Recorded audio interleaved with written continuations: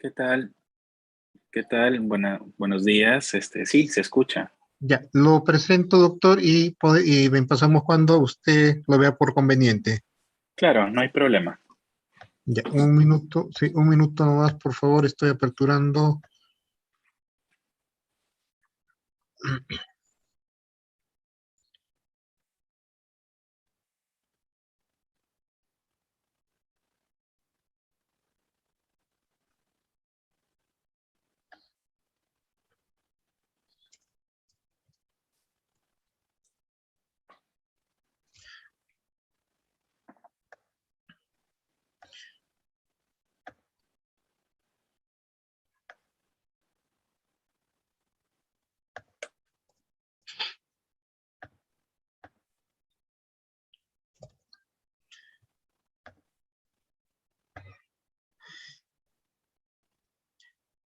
Muy buenos días con todos los presentes.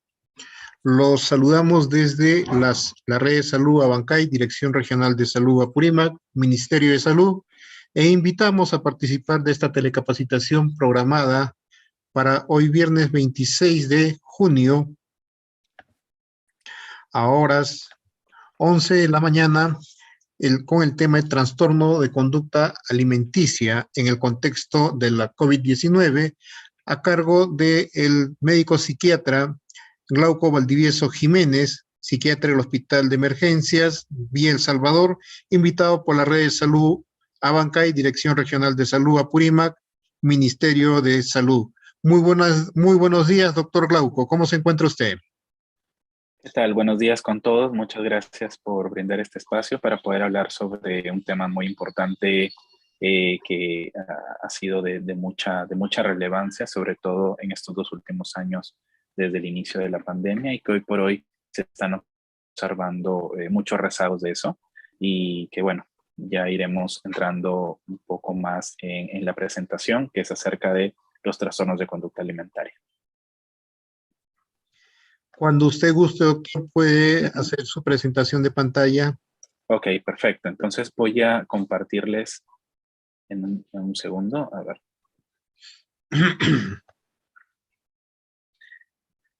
muy bien. Entonces, dígame por favor si ven mi pantalla. Sí, doctor, si lo pusiese en modo presentación. Sí, excelente, Ahí doctor. está. Sí, Ok, sí, doctor. perfecto. Listo. Bueno, muchas gracias. Gracias por la presentación. Yo soy Glauco Valdivieso Jiménez, soy médico psiquiatra del Hospital de Emergencias Villa El Salvador. También me desempeño en la práctica privada. Y bueno, el tema que vamos a abordar hoy día es acerca de los trastornos de conducta alimentaria en el contexto del COVID-19. Sin embargo, también me gustaría dar un foco especial a, dentro de este gran grupo de los trastornos de conducta alimentaria, a dos de los más importantes, básicamente, porque probablemente nos daría mucho más de tiempo hablar de otras, eh, otras otros diagnósticos, otras categorías dentro de un gran grupo como es el de los trastornos alimentarios. Entonces, a ver un segundito. Eh, ya, perfecto. Muy bien, entonces tenemos que el impacto de las redes sociales en los tiempos actuales nos lleva a tener una cultura de perfeccionismo, ¿no? En aceptar y de ser aceptado, ¿no?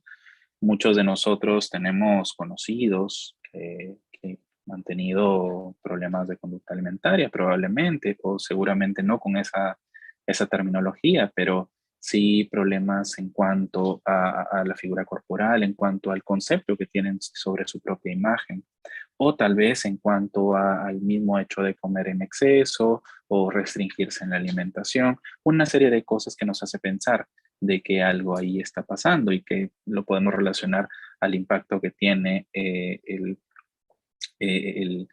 el concepto de la imagen, del perfeccionismo hoy por hoy y que se incrementa con las redes sociales. Debido a la prevalencia baja, los cambios en los criterios diagnósticos y la escasa investigación, la atención del manejo de los trastornos de conducta alimentaria ha sido desplazada con el tiempo. Es muy común que no todos los profesionales de salud y dentro también de salud mental no conozcan mucho acerca de esto, ¿no? Y es porque no ha sido muy estudiado con el tiempo. Se le presta más atención a otros problemas de salud mental, lo cual son más prevalentes en la sociedad, como la depresión, la ansiedad, los problemas de trauma, de violencia, etcétera.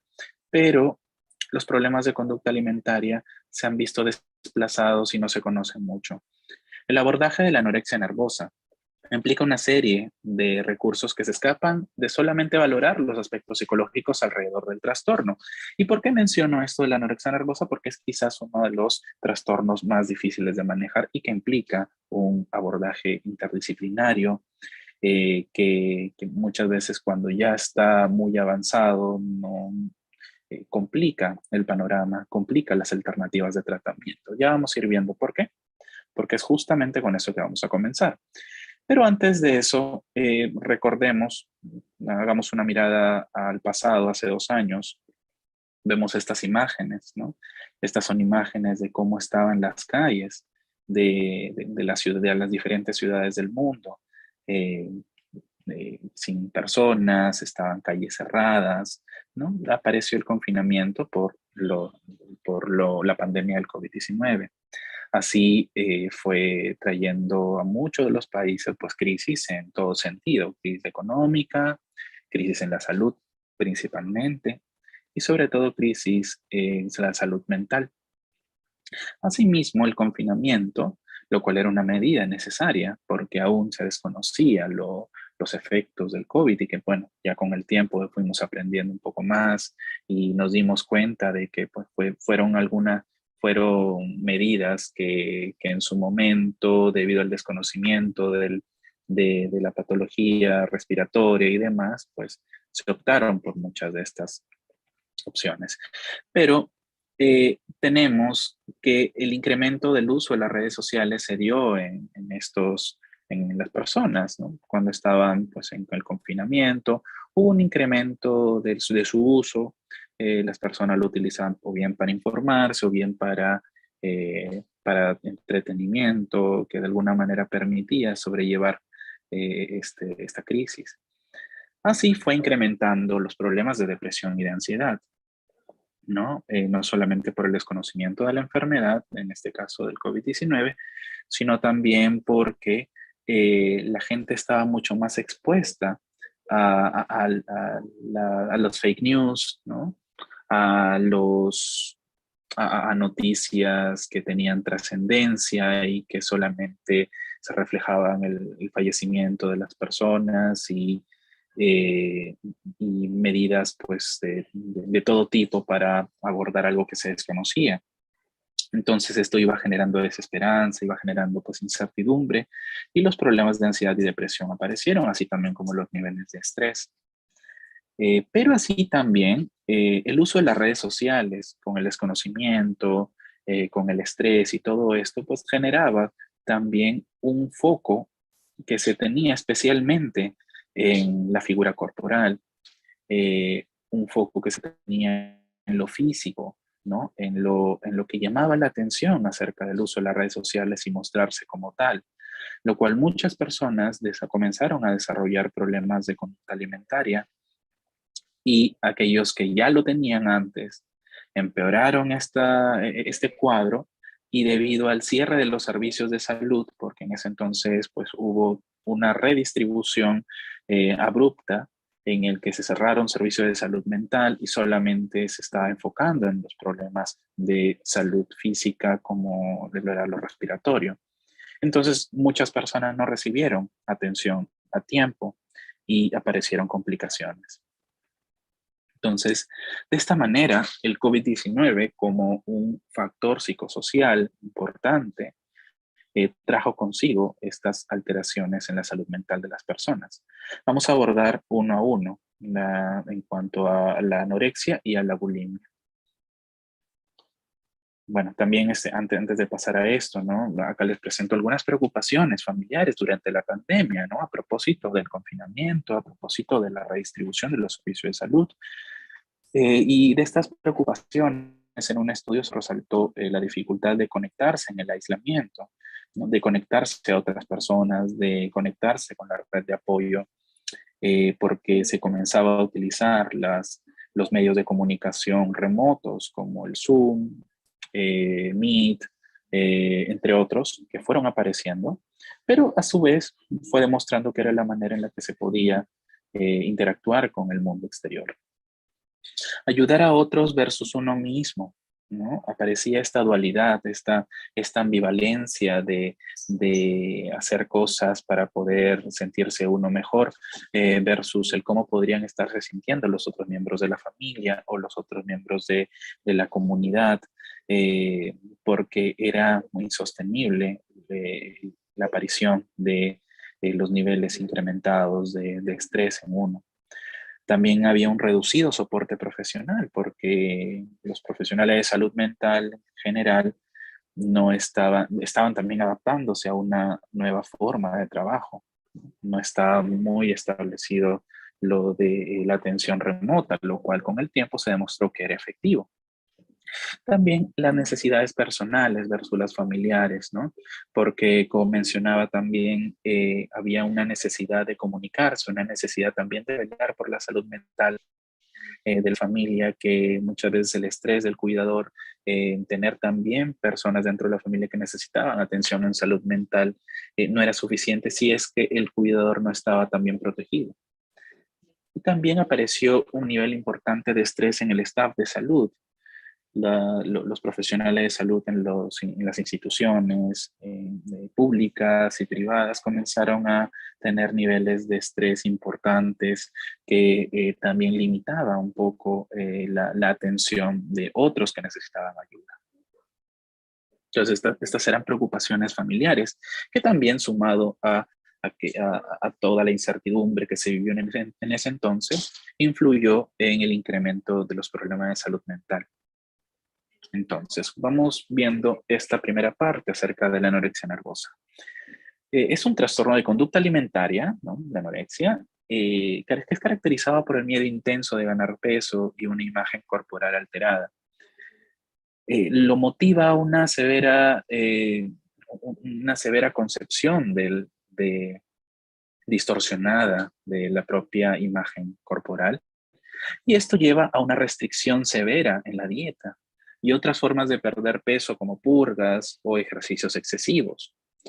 Hay un funcionamiento emocional y cognitivo alterado, a su vez también está relacionado con comorbilidades médicas y psiquiátricas importantes.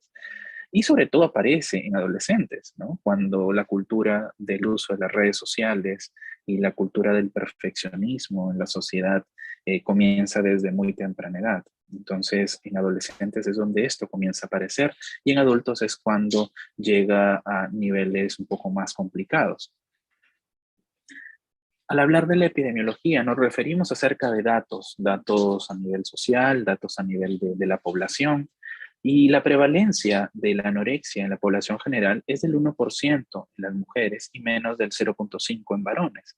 La relación tiende a ser de un 8-1, es decir, 8 mujeres y un varón que tiene problemas de anorexia.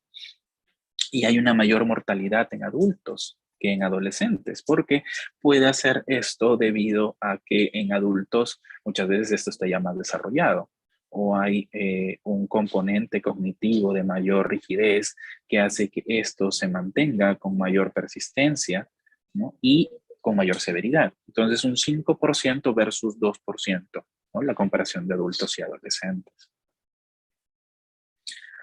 Tenemos que hay criterios diagnósticos, ¿sí? En el que los profesionales de salud mental nos basamos para estandarizar la mirada que tenemos a las patologías. Y así el DSM-5, que es el Manual Diagnóstico de la Asociación Psiquiátrica Americana, nos refiere de que acá hay algunos criterios, como el de que para el diagnóstico de esquizofrenia, disculpen, el diagnóstico de anorexia, debe haber una restricción de la ingesta de energía en relación con los requerimientos, lo que lleva a un peso corporal significativamente bajo para la edad, sexo, la etapa del desarrollo y salud física del paciente. Hay un peso significativamente bajo que se define como un peso que es menor que el peso normal mínimo o en niños y adolescentes menor que el peso mínimo esperado. ¿no? Todo esto tiene que ver entonces con el peso, con la parte física, lo corporal, pero a la vez también hay factores psicológicos, como el miedo intenso, aumentar de peso o engordar, o comportamiento persistente que interfiere con el aumento del peso, a pesar de que el paciente tiene un peso significativamente bajo, ¿no? Es decir, que el factor psicológico del miedo a aumentar de peso es tan predominante que a pesar de que no haya un peso adecuado para la edad, el sexo o para el contexto personal de la persona, del paciente, aún así, pues se persiste con ello. Un trastorno en la forma en que experimenta el peso o la forma del peso del cuerpo, una influencia indebida del peso corporal o la forma en la autoevaluación o falta persistente de reconocimiento de la severidad de bajo peso corporal actual. Es decir, que no hay una conciencia acerca de las implicancias que se tienen de bajar tanto de peso a pesar de que no se está teniendo uno adecuado para las condiciones personales. Así podemos considerar la severidad según el índice de masa corporal, como la severidad leve, ¿no? Que es leve que cuando el índice de masa corporal es mayor de 17, ¿no? Que es referido al peso sobre la talla al cuadrado, es moderado de 16 a 16,99, es severo de 15 a 15,99 y extremo menos de 15 de índice de masa corporal. Hay dos subtipos. El subtipo restrictivo, que se refiere durante los últimos 3 meses, que no han habido atracones, purgas, solo dietas, ayuno o ejercicio excesivo, ¿no?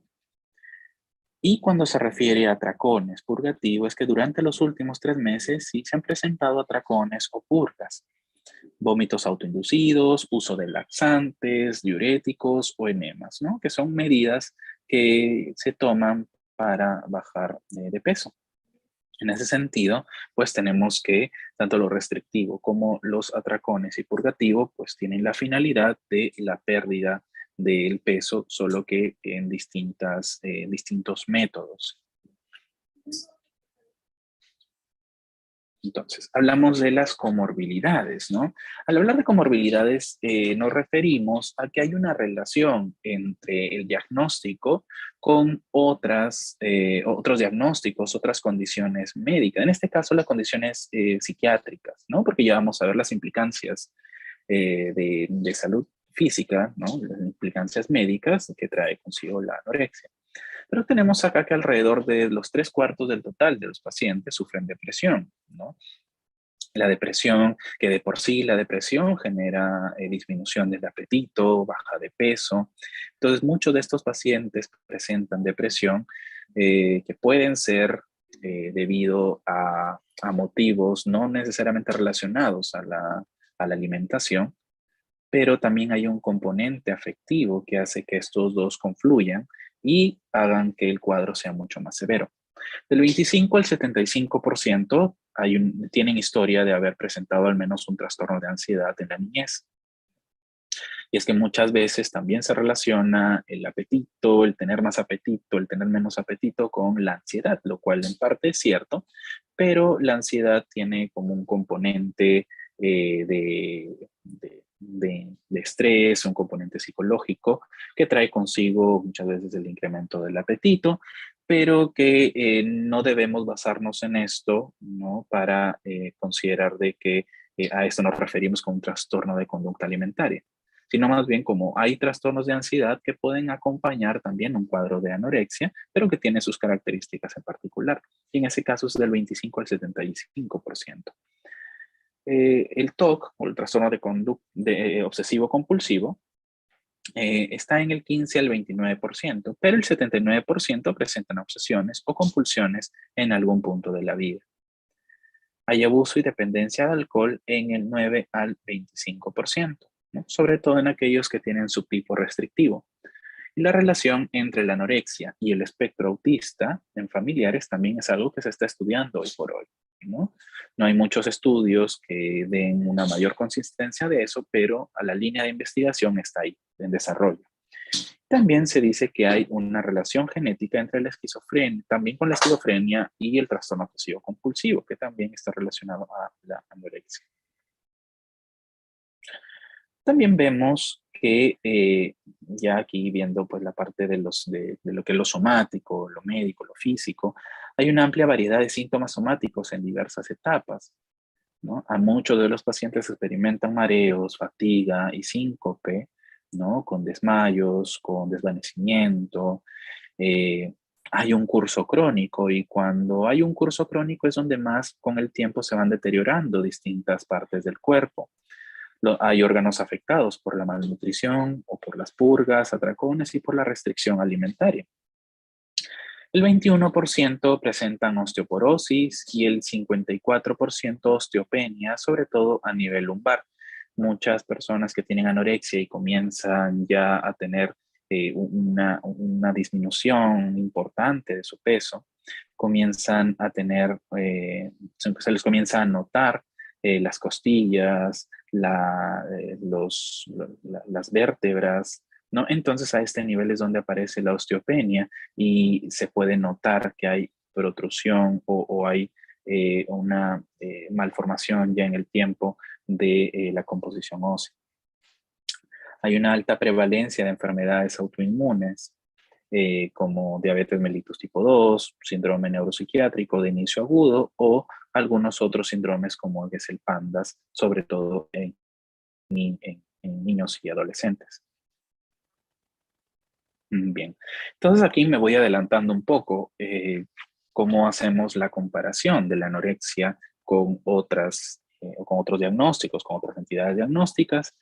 Vemos que la anorexia puede compararse con la bulimia, con el trastorno por atracón también, que es una nueva patología dentro de este gran grupo, y también el trastorno de ingesta evitativa restrictiva. Vemos que la anorexia tiene una severa restricción en cuanto a la alimentación. Comparado a la bulimia, en la bulimia la alimentación es irregular y hay una tendencia a escapar comidas. El trastorno por atracón también es irregular, pero sin una restricción extrema. En el trastorno de ingesta evitativa restrictiva hay una severa restricción de toda comida o bien puede ser seleccionada. En cuanto al peso, la anorexia se presenta con bajo peso. En la bulimia, el peso es normal o por encima de lo normal, porque hay una compensación, sobre todo por un componente de regulación emocional, en donde hay un incremento de la alimentación. También el trastorno por atracón se manifiesta de la misma manera, pero en el trastorno de ingesta evitativa restrictiva hay bajo peso o con nutrición deficiente. En cuanto a la imagen corporal, la anorexia se muestra con una sobrevaloración, con o sin miedo a engordar. Pero hay una sobrevaloración en cuanto a la imagen corporal. Y en la bulimia hay una sobrevaloración, asimismo también como el trastorno por atracón. Y en el trastorno de ingesta evitativa y restrictiva no lo hay. En la anorexia podrían ocurrir atracones, pero no es algo que lo caracterice mucho. En cuanto a bulimia, sí, los atracones se aplican de manera regular y es compensatoria. En el trastorno por atracón también es regular, pero sin compensación, y en el trastorno de ingesta evitativa restrictiva no lo hay. La anorexia, en cuanto a la purga, el ayuno o el ejercicio, está presente uno o más de estos aspectos. Pero la bulimia nerviosa también es regular como una conducta compensatoria, ¿no? Lo cual no se ve esto en el trastorno por atracón ni en el trastorno de ingesta evitativa restrictiva. Esto es como un poco adelantarnos a la comparación que vamos a hacer con la bulimia nervosa. Aquí vemos la patogénesis de la anorexia nervosa, sobre todo cuando lo relacionamos con factores predisponentes, precipitantes y perpetuadores. En cuanto a factores predisponentes, nos referimos a condiciones intrínsecas o condiciones que aparecen desde mucho tiempo atrás, en los primeros años de vida, como por ejemplo la genética, ¿no? Hay factores genéticos que se transmiten por la herencia de padres a hijos y que pueden dar una cuota de predisposición para desarrollar anorexia más adelante. Hay factores relacionados al embarazo también. Hay eventos, las primeras etapas de la vida del niño, ¿no? Sobre todo el trauma o situaciones de invalidación referidos a la conducta alimentaria. También hay elementos relacionados con el interés a la alimentación, sobre patrones en cuanto a la alimentación tempranos, que estos se van consolidando en el tiempo.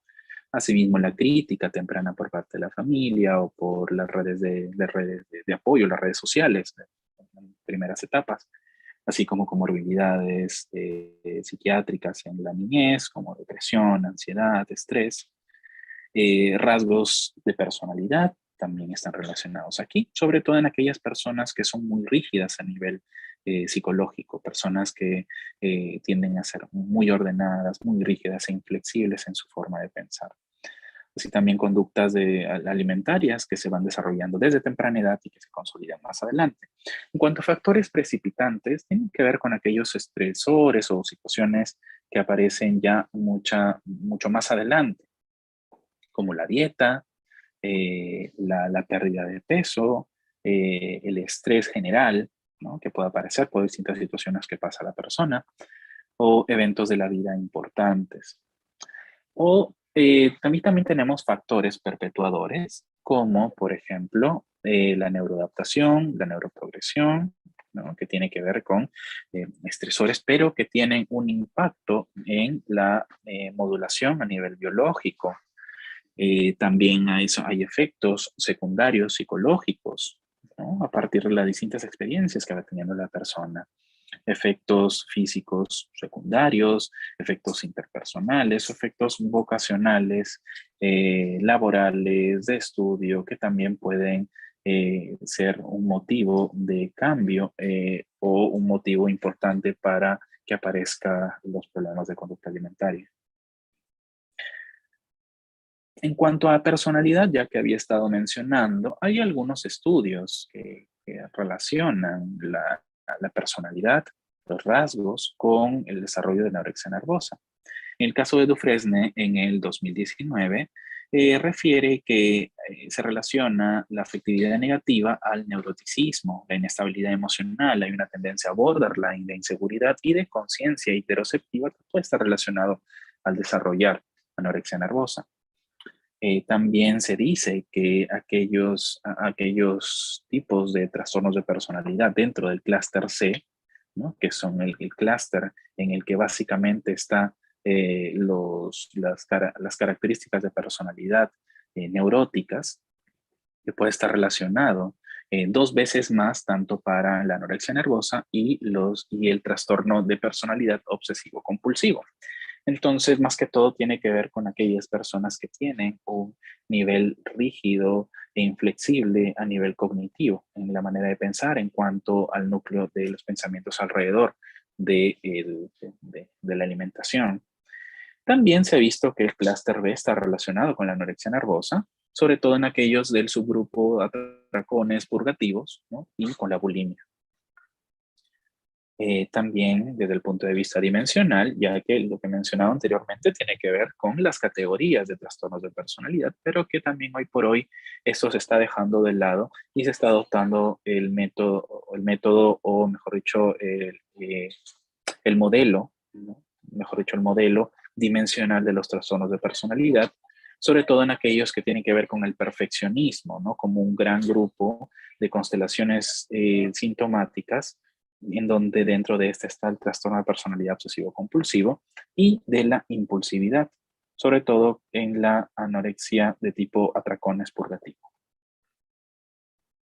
Bien. Entonces, ¿cuáles son las complicaciones médicas que trae la anorexia, ¿no? Una persona que no come, que no se alimenta, va teniendo deterioro en distintos sistemas de su organismo. En cuanto al sistema nervioso central, se han visto hallazgos como alteración en la materia gris y blanca cerebral, ¿no? Y que está reducida. Entonces, se ve aquí que hay un déficit cognitivo. La persona ya no se concentra bien, tiene problemas en la memoria, tiene dificultades en el procesamiento de la información, tiene dificultades en la resolución de problemas, etc. A nivel del sistema dental y de la glándula parótida, hay un mal estado dental, caries y amilasa aumentada. Así también caries dental, alargamiento de parótidas, ¿no? Como son los síntomas, los sistemas principales alterados, ¿no? Sobre todo porque hay una disminución de nutrientes que son importantes para el mantenimiento a nivel dental y de las mucosas, sobre todo a nivel de la oral, a nivel oral. En el sistema endocrino y la función reproductiva, se ve una alteración en el eje, en distintos ejes endocrinos, ¿no? Sobre todo en el eje hipotálamo, hipófisis, tiroideo, en donde se ve disminución de hormonas tiroideas y también un incremento del cortisol, que es una hormona que está relacionada a los excesivos niveles de estrés. Y toda esta desregulación se ve expresada en amenorrea en las mujeres. Las mujeres tienen pues una desregulación en cuanto al,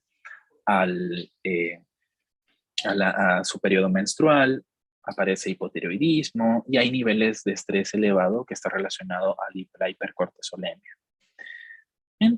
También tenemos que en el sistema cardiovascular hay hipotensión, bradicardia, arritmia, ¿no? Y esto genera pues síntomas como el síncope, ¿no? Desvanecimiento, pérdida temporal de la conciencia, ¿no? Porque hay pues variaciones en cuanto al sistema cardiovascular. En el tracto gastrointestinal hay problemas en el vaciamiento gástrico, aparecen úlceras gástricas, duodenales, hay dilatación gástrica y esto pues trae consigo constipación, ¿no? Sangrado superior, ¿no? Y también íleo paralítico porque no hay una adecuada ingesta de nutrientes, de electrolitos, no hay una adecuada hidratación y por lo tanto los sistemas comienzan a trabajar de una manera pues bastante alterada. En cuanto a nivel hematológico y sistema inmune, hay hipoplasia medular, anemia, sistemas principales que se ven afectados pues, por anemia, infecciones, hay una incompetencia inmune comprometida. En el tracto renal hay también una alteración en cuanto al metabolismo, en cuanto a la excreción de nutrientes como la hipocalemia, hipofosforemia, hipernatremia. Y esto trae nefrolitiasis, edema y síncope. En el sistema óseo también hay alteración en el metabolismo óseo como osteopenia y osteoporosis y hay fracturas, dolor y compresión espinal.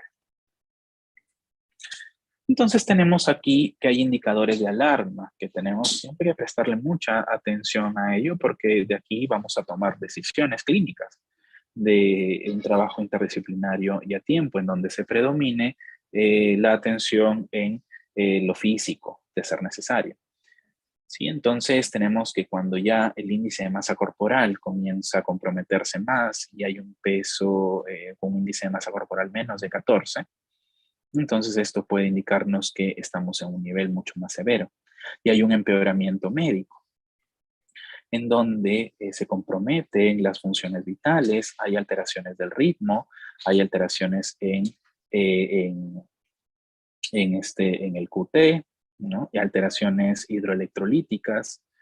Entonces, todo esto puede complicarse a nivel médico con también los síntomas como tal de la anorexia, como hay una falla en la respuesta al tratamiento ambulatorio, hay comorbilidad psiquiátrica grave que se va también incrementando y que esto trae consigo una dificultad en el tratamiento.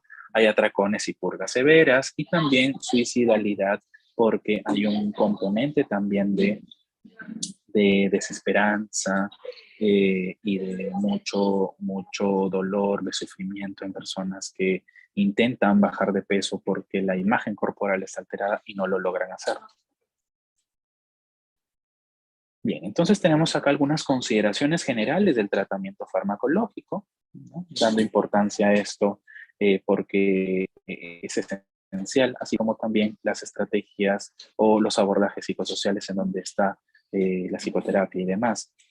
Pero de las consideraciones generales, pues debemos tener en cuenta que tiene que haber una historia clínica, médica y psiquiátrica importante para ver cómo ha sido el desarrollo de la enfermedad. Hay una evaluación física, ¿no?, donde las funciones vitales son importantes de siempre tomarse, como cualquier paciente, sin y con diagnóstico psiquiátrico. Eh, Perfil sanguíneo, en donde se realiza un conteo sanguíneo, también la velocidad de segmentación globular, perfil bioquímico como electrolitos, glucosa, urea, creatinina, y también perfil hepático para ver si hay alguna alteración a ese nivel. Evaluación cardiovascular, sobre todo con electrocardiograma, porque es muy frecuente en pacientes con anorexia, sobre todo cuando tienen un nivel importante en la baja de peso, y también con una ingesta restrictiva de electrolitos, de nutrientes, que esto hace que haya alteraciones en el ritmo cardíaco. También tenemos un abordaje nutricional que es muy importante, ¿no? La nutrición clínica, en donde se va a llevar a cabo el cumplimiento de objetivos en función de la severidad clínica, y la nutrición clínica tiene que ir de la mano con el abordaje médico general. Entonces tenemos que hay algunos medicamentos que han demostrado pues alguna efectividad en cuanto a la mejoría de estos síntomas, ¿no? Sobre todo cuando hay ansiedad e insomnio. Y aquí tenemos pues el uso de antipsicóticos, sobre todo la olanzapina, por su acción dopaminérgica, serotoninérgica e histaminérgica. Así también aripiprazol, por ser un agonista parcial. Pero no hay estudios suficientes que puedan determinar que estos son medicamentos específicos para la mejoría de la anorexia nervosa, ya que, como hemos visto, esta es una patología muy compleja que resultaría muy difícil el pensar de que existe un medicamento que haga que los síntomas desaparezcan por completo, sino más bien tiene un carácter psicosocial en el que también se tiene que utilizar pues medidas de psicoterapia y demás, adicionalmente a los medicamentos que solamente abordarían los síntomas. También se ha visto que el dronabinol, que es una forma sintética de tetrahidrocannabinoide, sobre todo porque actúa sobre receptores de CB1 y CB2, que también pues, ha demostrado alguna efectividad, pero los estudios no son suficientes como para determinar que esto es específico. De la misma manera, la de cicloserina como un agonista parcial glutamatérgico. En cuanto a tratamientos psicológicos, vemos que acá hay abordajes tanto de terapia cognitivo-conductual, sobre todo porque los objetivos van a estar centrados en las creencias disfuncionales, la conducta alimentaria desadaptativa, ¿no? Y sobre todo aborda los síntomas de la intolerancia que uno tiene ante el desestructurar esa rigidez psicológica, ¿no? Que es básicamente lo que mantiene los síntomas tan intensos como el de mantener una restricción como tal en la alimentación. Asimismo, también tenemos modelos como el Maudsley, ¿no?, que se utiliza en Reino Unido, ¿no?, que es el mantra, ¿no? Mantra, que es el modelo Maudsley, que utilizan algunas personas acá en Perú, sobre todo en práctica privada, pero básicamente tiene que ver con factores de mantenimiento intra e interpersonal, sobre todo para abordar la inflexibilidad psicológica. Asimismo, esto está dirigido a un entrenamiento en habilidades emocionales, trabajándolo a partir de entrevista motivacional, integración social y remediación cognitiva. Tenemos otros abordajes como como el manejo clínico de soporte, que es un manejo ateórico, es mucho más clínico, pero que se centra también en la baja nutrición y otros objetivos personalizados de acuerdo a las necesidades de cada paciente. Y también la terapia psicodinámica focal, que se encarga de la exploración de creencias, esquemas, terapia interpersonal, enfoque en objetivos y la promoción de nuevas conductas mucho más adaptativas. Obviamente también basados en objetivos personales. Bien. Entonces, ahora pasamos a lo que es la bulimia. ¿Sí? La bulimia, así como la anorexia, también tiene implicaciones importantes, tanto a nivel psicológico como médico. Y este está caracterizado básicamente por tres elementos importantes, como los episodios de atracones, que están referidos a lo que son episodios de comer grandes cantidades de comida en el periodo de 2 horas, es lo que se considera, es lo que se ha estandarizado, ¿no? Pero no necesariamente tenemos que ser muy rígidos con esto, ¿no? Porque también puede hacer que haya atracones en tiempos variables. Luego de esto también es importante considerar otro criterio que es el de intentos de compensar atracones a través de purgas, ejercicio excesivo, ayuno o sobredosificar insulina en presencia de diabetes mellitus tipo 1 en algunos pacientes, ¿no? Es decir, que primero comienzan los atracones y luego, ante la observación de posible ganancia de peso o la ruptura de los objetivos, de tratar de mantener cierta rigidez en cuanto a en cuanto al no ganar peso o no comer, entonces aparece la culpa. Y la culpa trae consigo los intentos de compensar los atracones a través de medidas de pérdida de eso ingerido o de eso ganado. Hay una sobreevaluación de la importancia del peso o la figura corporal que va dominando el estado afectivo de cada paciente. Muy bien, entonces tenemos a la bulimia, pues como la frecuencia de atracones y conductas compensatorias, que es una vez por semana por un periodo de 3 meses como mínimo. Y ya para un periodo de 3 meses, entonces se ve que la bulimia pues está siendo predominante y es necesario de darle un foco especial. La frecuencia de ayuno es de 8 a más en horas matutinas sin comer nada por influencia del peso o figura corporal. Y también el ejercicio puede ser excesivo.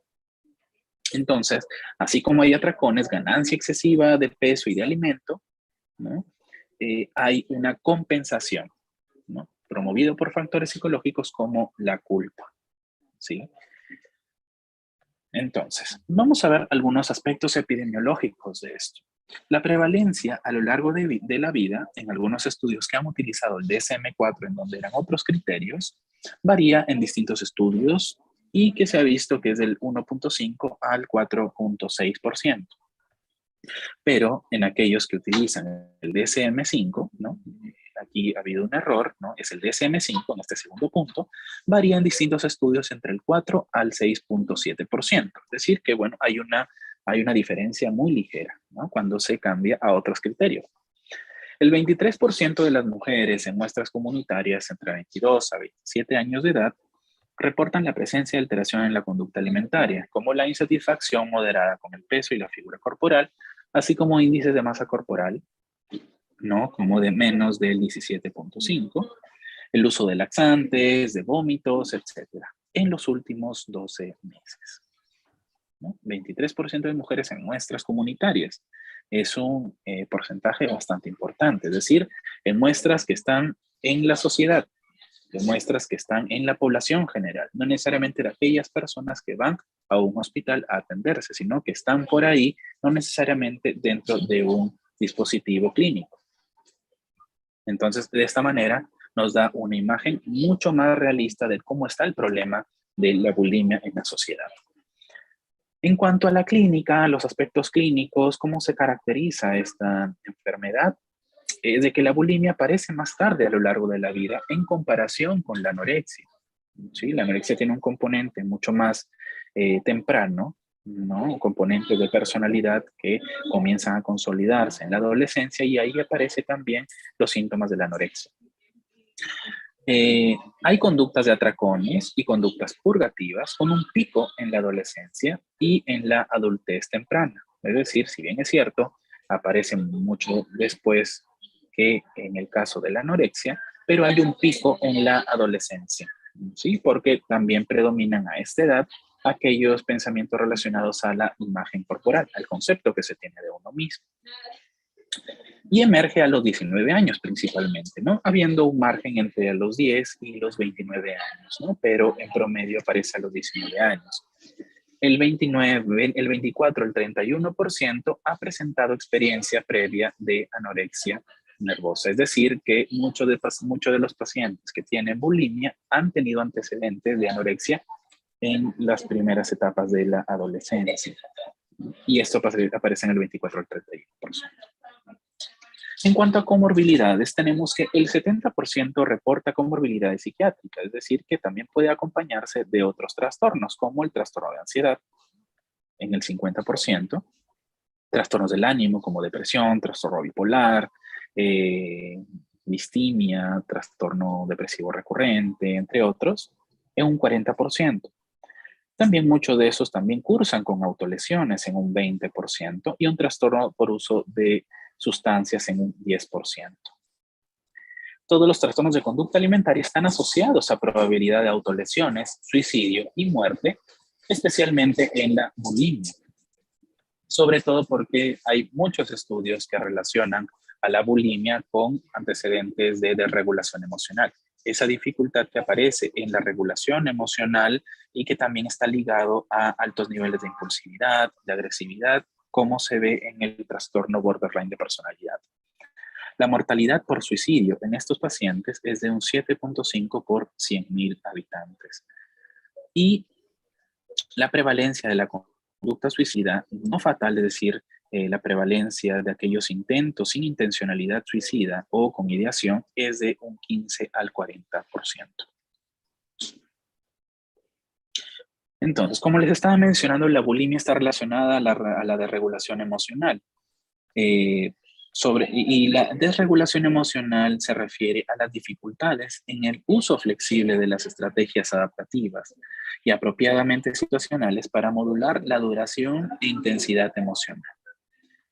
La habilidad de inhibir la conducta impulsiva y mantener conductas efectivas en el estrés emocional, la conciencia y aceptación de los estados emocionales, el deseo de experimentar estrés emocional en la búsqueda de actividades significativas. Entonces, estas son características de la desregulación emocional y que aparece en cuadros de bulimia. Es por eso que han habido tratamientos que han sido adaptados de el trastorno borderline de personalidad para lo que es bulimia, sobre todo por la comorbilidad que existe entre estos dos cuadros. Y aquí vemos un poco más detalladamente cómo es ese modelo de la regulación emocional y cómo aparece en la bulimia. Tenemos que acá puede haber un disparador que puede ser un estresor psicosocial, como por ejemplo invalidaciones referentes al peso o la figura corporal, invalidaciones que se van acumulando en el tiempo desde temprana edad y que finalmente esto se relaciona a algún evento relacionado con la comida que genera desregulación emocional. Asimismo, hay un intento de reducir o evitar ese malestar. Y muchas veces los atracones o purgas pueden aparecer como una medida desesperada para poder regular aquello que está desbordándose, ¿no? Las emociones. Porque muchas veces hay pacientes también que refieren que los atracones son como una manera de olvidarse del mundo. Los atracones son una manera de poder centrar esa ansiedad o ese malestar a situaciones que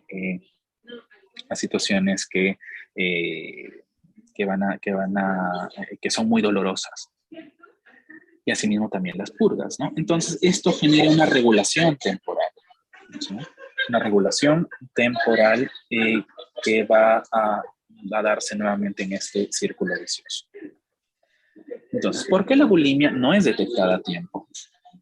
No es detectada a tiempo porque hay una ambivalencia sobre el trastorno y el tratamiento, es decir, que hay una minimización de las consecuencias. Muchas personas no le dan el suficiente foco a este problema que trae complicaciones tan graves. Sobre todo porque, como es relacionado a la alimentación, entonces uno ve que no necesariamente esto genera sufrimiento, ¿no? A diferencia del cómo sí objetivamente y observablemente se ve en la anorexia. También porque otro motivo es porque hay vergüenza y estigma, ¿no? Y también un miedo al preguntar acerca de estos problemas relacionados con la bulimia por parte de las personas. Entonces, esto no es identificado a tiempo porque ellos no lo consultan oportunamente a los profesionales de salud. Y también porque por parte de los profesionales de salud hay un poco conocimiento de los síntomas, por el mismo hecho de que por mucho tiempo esto no estaba siendo considerado como un problema serio que trae pues, complicaciones bastante graves en la salud mental y física. Acá vemos un poco acerca del círculo vicioso de la bulimia, ¿no? Comienza con la preocupación en el peso y la figura corporal. Luego esto trae consigo la dieta estricta y la restricción, pero también deseos por comer física y psicológicamente. Y así se rompen pautas de alimentación. Las personas refieren, he fallado, debería comer más.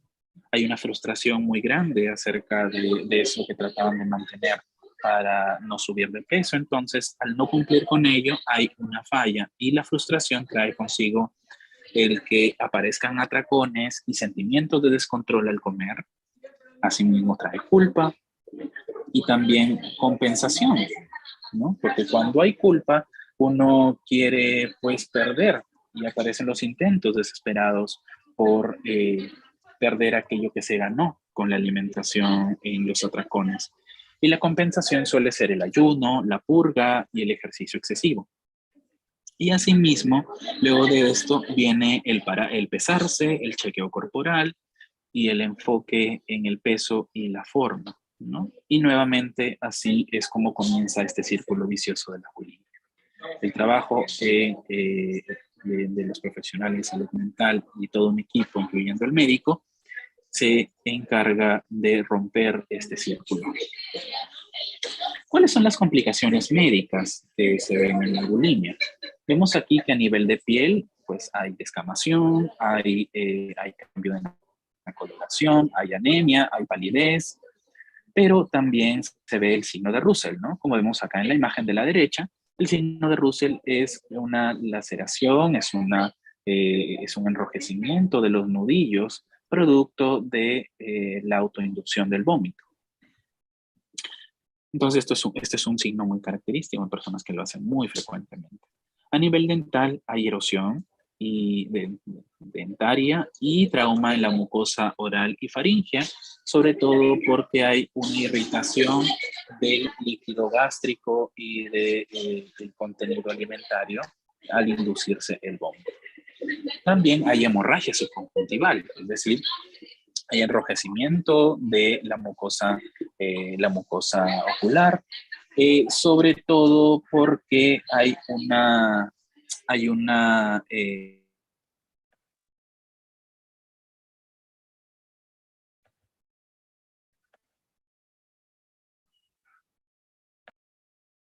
también trae consigo hemorragias a nivel de las otras mucosas, la mucosa oral, la mucosa en algunos casos también del oído, ¿no? Por otro lado, también hay tos, disfagia, dolor faríngeo, ¿no? Porque hay una irritación que progresivamente se va dando desde que hay regurgitación o vómito. Hay una hipertrofia parotídea y también cialadenosis, ¿no? Como vemos aquí a la derecha, como una irritación de las glándulas que producen saliva eh, en, en, en todo el aparato orofaríngeo, ¿no? Porque justamente esta irritación lleva a la obstrucción, a la inflamación, y así se ve en esta imagen de cómo se inflama el rostro, ¿no? Por la misma hipertrofia y por la obstrucción y la irritación de las glándulas. También hay algunas complicaciones a nivel cardiovascular, sobre todo por alteraciones del ritmo, como también se observa en la anorexia. A nivel pulmonar también hay neumomediastino, porque la debilidad nutricional, la debilidad también hidroelectrolítica y la debilidad pues, a nivel metabólico hace que las distintas mucosas, que los distintos tejidos se debiliten, ¿no? Y esto puede generar neumomediastino al hacer presión en el momento de la inducción del vómito, que puede pues, romperse la barrera que separa los pulmones con el mediastino, que también cubre y hay un espacio sobre, sobre el corazón y los otros órganos a nivel torácico. Y también neumonía aspirativa, porque cuando hay inducción del vómito, puede haber contenido alimentario que pasa también al aparato respiratorio. También a nivel gastroenterológico aparecen ya problemas de reflujo gástrico, ¿no? Esófago de Barrett, que es una metaplasia, una metaplasia entre la mucosa esofágica y la mucosa gástrica, ¿no? Producto de esta irritación constante del líquido gástrico, ¿no? El colon inerte, que es un síndrome que está, pues, esto se desarrolla debido a las alteraciones en los electrolitos, porque los electrolitos son necesarios, sobre todo para mantener el peristaltismo del aparato gastrointestinal. También alteraciones óseas, ¿no? En distintas partes del cuerpo, sobre todo a nivel vertebral, ¿no? Y también en la parrilla costal. Entonces acá vemos también cómo, acá hay un resumen de los hallazgos hidroelectrolíticos en la bulimia nervosa, que puede también traer problemas generalizados como alcalosis metabólica, ¿no? Sobre todo esto ante el uso de laxantes, el abuso también de diuréticos y del vómito autoinducido, ¿no? Entonces así se va perdiendo progresivamente potasio, sodio y hay problemas a nivel de los distintos sistemas. En cuanto al tratamiento, de la misma manera, va a ser un tratamiento interdisciplinario. ¿Sí? Va a ser todo un equipo que va a manejar casos como estos. Y se ha visto que los antidepresivos, sobre todo resaltando el papel de la fluoxetina, va a ser muy importante para mantener la disminución de los atracones, tiene un efecto sobre la ansiedad, un efecto también sobre el estado emocional y la desregulación emocional. También se ha visto que hay algunas anfetaminas, hay pocos estudios que refieren que la lisdexanfetamina también puede ser un tratamiento útil para disminuir los atracones. Así también anticonvulsivantes como el topiramato, que es muy ampliamente utilizado por los psiquiatras en problemas de conducta alimentaria, sobre todo en bulimia. Vemos también que la psicoterapia, ¿no? Como parte de los abordajes psicosociales, nos da algunas alternativas, como la terapia cognitiva conductual, ¿no? Componentes cognitivos de la alimentación, la autoestima, creencias y el comportamiento es a lo que va a ir dirigida esta terapia, ¿no? Hay muchos estudios y revisiones sistemáticas que demuestran mucha efectividad en esto. También la terapia familiar, sobre todo al dar un soporte sociofamiliar en la familia, que muchas veces son los perpetuadores de los problemas que hay de invalidación en los consultantes, ¿no? Porque es a partir de ahí en donde la crítica aparece. Y el foco del peso y de la figura corporal nace a partir de estos comentarios que surgen desde las mismas familias. Y también la terapia interpersonal, que le da importancia al rol de la evaluación social negativa y de cómo esto puede influir en el funcionamiento de la persona. Aquí solamente como un vistazo rápido, tenemos que hoy por hoy hay tratamientos contextuales, ¿no? Que forman parte de la tercera ola de tratamientos cognitivo-conductuales y que hoy por hoy se están utilizando mucho, como la terapia de aceptación y compromiso, la terapia conductual dialéctica y terapias basadas en mindfulness, como por ejemplo el protocolo MBIT, ¿no? Que son estrategias que actualmente han aparecido y que está teniendo buenos resultados. Acá les presento solamente la portada de un trabajo de investigación, de una revisión que hicimos con mi grupo de trabajo acerca de las terapias contextuales y el programa MBI en los trastornos de conducta alimentaria. Si gustan, pueden también solicitarlo para poder compartirles esta para poder compartirles este estudio, este artículo, y lo puedan leer con más detenimiento. Bien, ¿cuáles son las conclusiones y recomendaciones? Es importante el manejo multidisciplinario, médico, psiquiátrico, psicológico, psicoterapéutico, nutricional y de otros profesionales, porque esto es un problema de salud que cada vez está en aumento.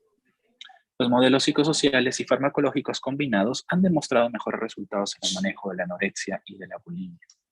Es necesario considerar comorbilidades que puedan atentar contra la evolución y pronóstico, si es que solo nos centramos en los síntomas y no en el ser humano más allá de la enfermedad, sobre todo en la personalidad y de aquellos otros factores que influyen en el desarrollo de esta patología. Bueno, muchas gracias. Muy agradecido, doctor Glauco, por un tema de suma importancia y de difícil identificación, tanto por los profesionales como por los mismos familiares. Invitamos a los participantes a poder completar el link de asistencia que se encuentra en el chat del Zoom y por el mismo medio el poder hacer las preguntas, dudas o inquietudes que tengan sobre el tema de trastornos de conducta alimentaria en este contexto del SARS-CoV-2 que hemos estado viviendo. Doctor, nos preguntan con respecto a la minimización del problema por parte de los familiares. Ven que su hijo, su hija está entrando en estos cuadros, ya sea de bulimia, ¿no? O de anorexia, pero son minimizados y no le dan la importancia al caso. ¿Qué hacer en estos casos? Bueno, ese es un problema ya sistemático que viene ocurriendo desde mucho tiempo atrás, sobre todo porque hay mucho estigma. Hay mucho estigma y desconocimiento sobre los problemas de salud mental.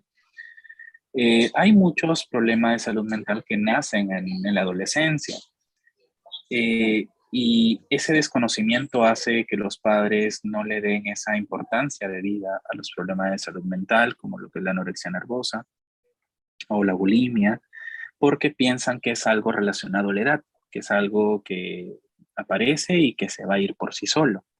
Sin embargo, esto no genera más que un retraso en el tratamiento oportuno. Y muchas veces los trastornos de conducta alimentaria no vienen solos, vienen porque hay otros componentes que son necesarios de estudiarse, como depresión, trastornos de ansiedad, como hemos visto, hay comorbilidades, trastornos de personalidad, como el trastorno límite o borderline de personalidad. Entonces, esta minimización lleva a que haya un retraso y cronificación del cuadro. En ese caso, bueno, es importante que las personas, bueno, es decir, que no lo minimicen y que le den más importancia es algo que probablemente puede resultarnos muy fácil, pero sí es labor de los distintos las instituciones, los profesionales de salud mental que puedan promover esto, de que esto no es algo que es tomado para menos, sino que necesita de tenerse un foco mucho mayor en buscar ayuda porque, como les decía, el trastorno de conducta alimentaria no viene solo, viene acompañado de otros componentes que se promueven incluso dentro de la misma familia. Hay personas hay padres que hacen que sus hijos pues tengan dietas extremas o imponen también sus propias costumbres, como el convertirlos a dieta vegana o a dieta vegetariana o cualquier otro tipo de dieta. Y esto no genera más que un mantenimiento de creencias acerca de la alimentación que pueden generar cierto tabú. Entonces, para esto hago un llamado a la flexibilidad, al darle un foco importante a los problemas de la conducta alimentaria, porque al ser conductas, las conductas están promovidas por otros componentes que van mucho más allá del simple conocimiento psicológico, ¿no? Y que puede generar complicaciones a largo plazo.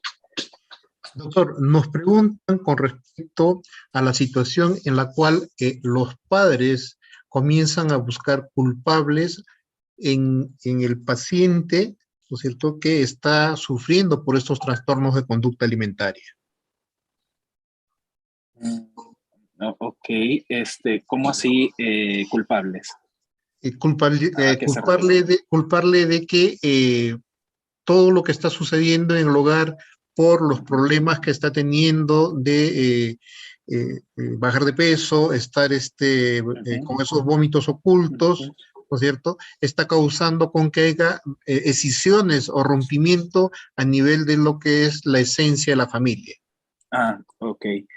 Bueno, sucede mucho, ¿no? Que a veces las creencias acerca de la alimentación, las dietas estrictas y todo lo relacionado a la alimentación es algo que también influye en las familias, sobre todo porque, bueno, el romper ciertas costumbres, ciertas dietas en el consultante implica que la familia también tenga que adaptarse a eso, ¿no?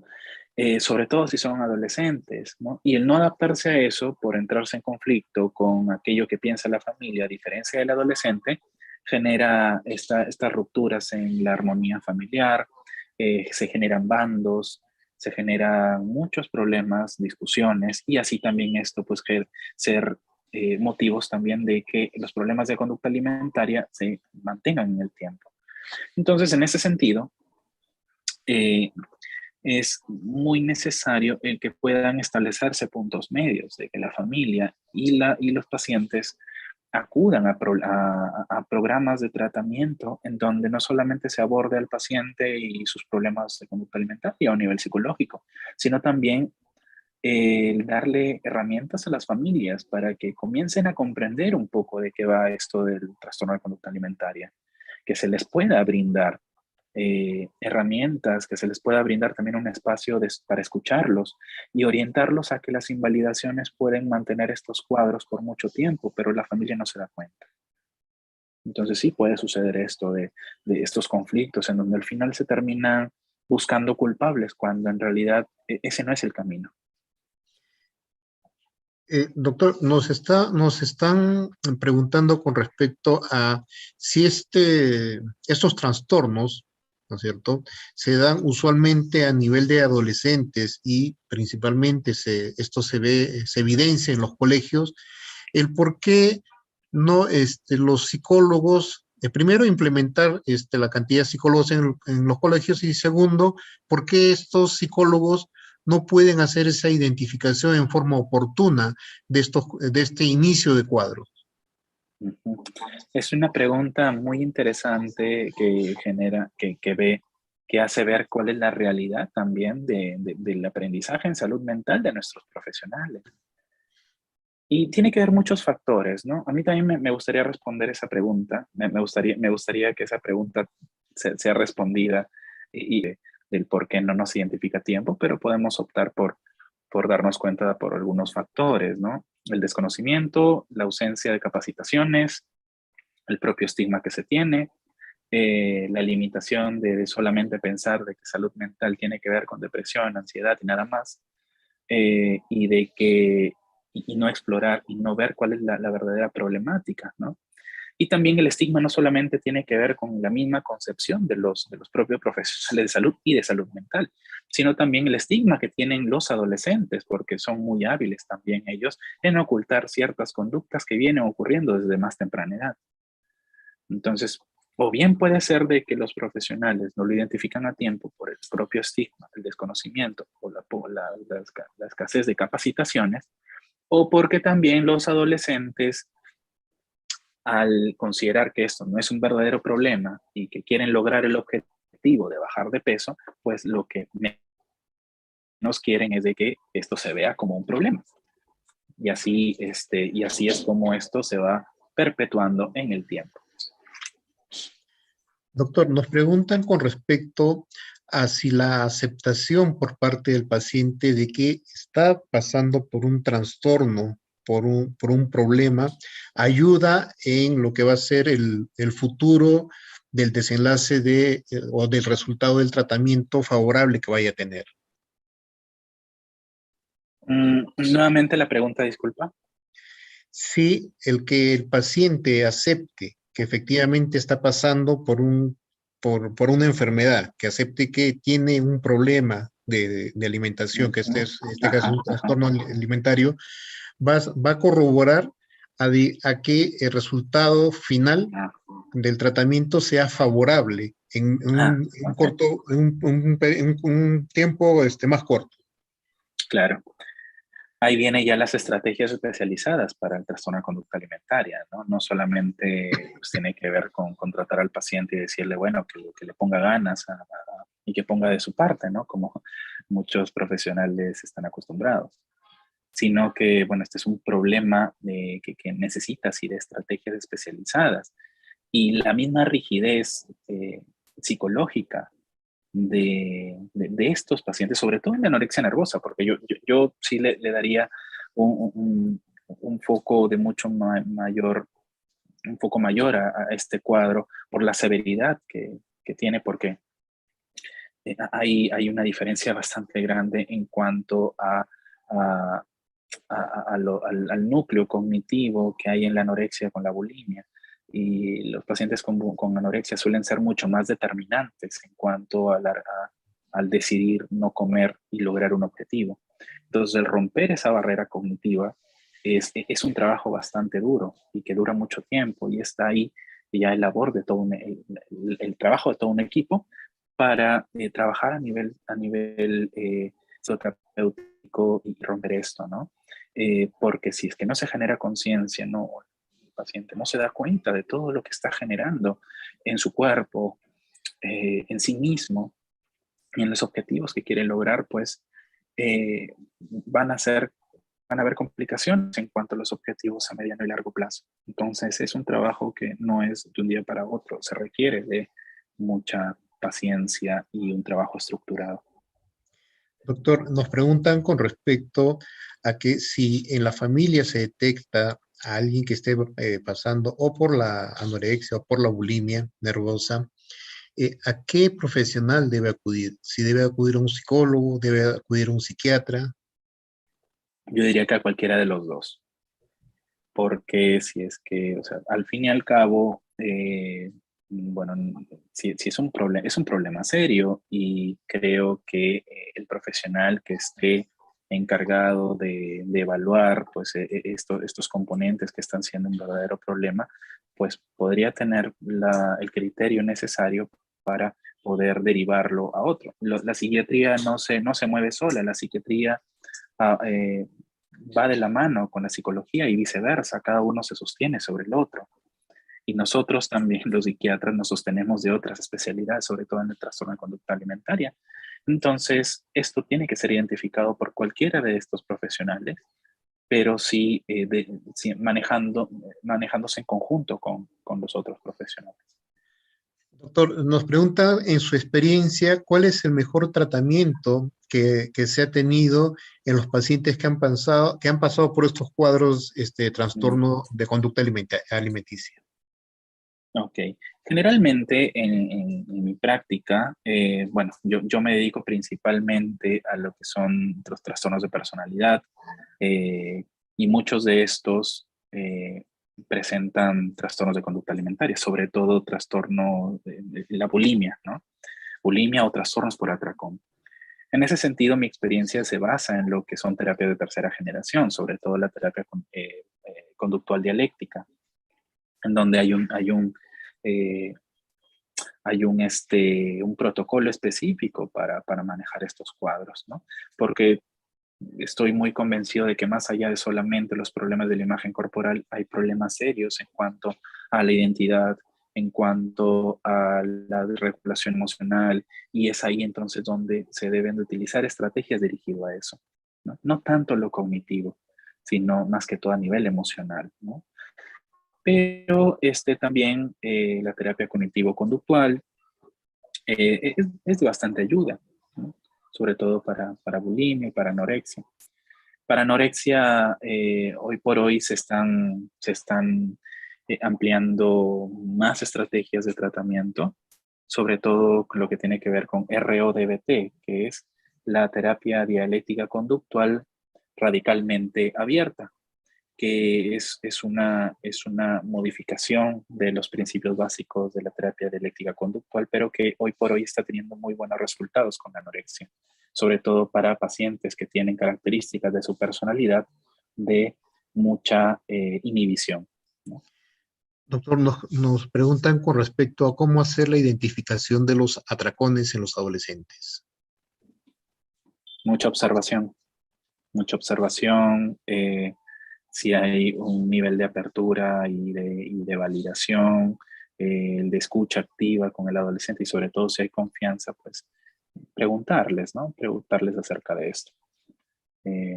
Identificar, no hacerlo muy intrusivamente, no hacerlo de tal manera que sea como una forma de atacar y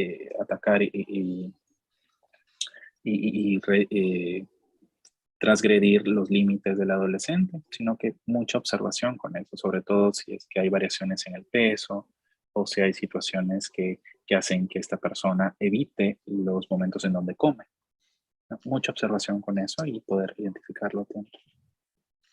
Doctor, nos preguntan con respecto a estos trastornos de conducta alimenticia, pero en el caso de que la adolescente o la adolescente salga embarazada o esté pasando Bueno, por un embarazo. uh-huh.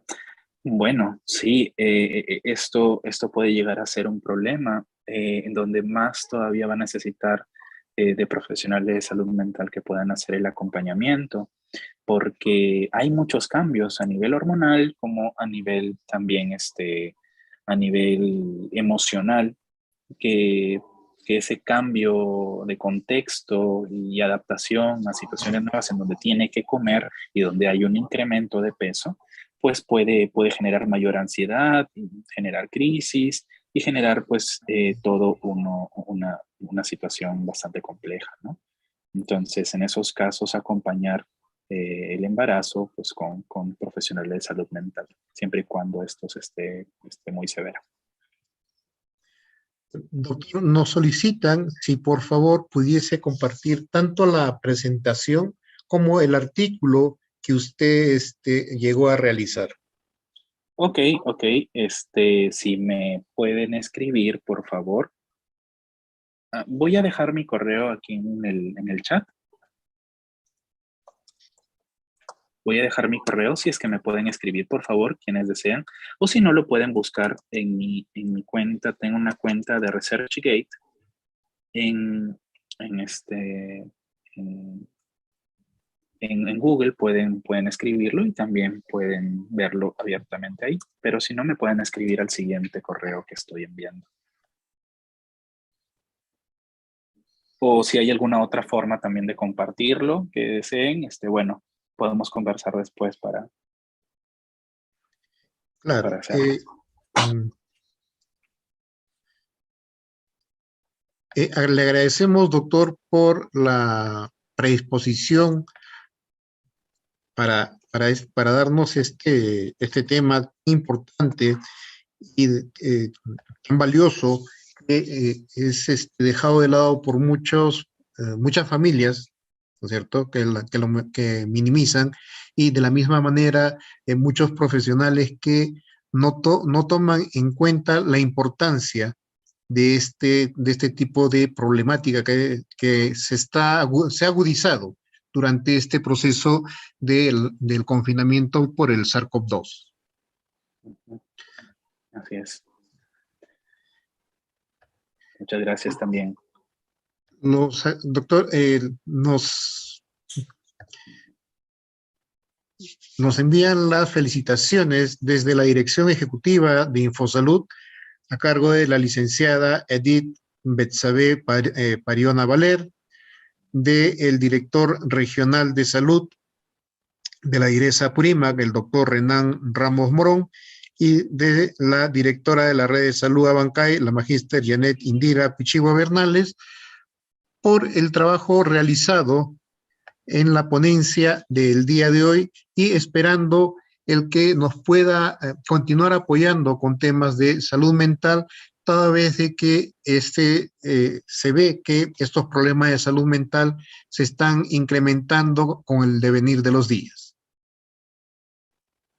Muchas gracias también por la invitación. Muchas gracias por haberse, bueno, quedado durante este rato en donde hemos ido abordando este tema que como hemos visto, efectivamente, sí, es importante ir conociendo más.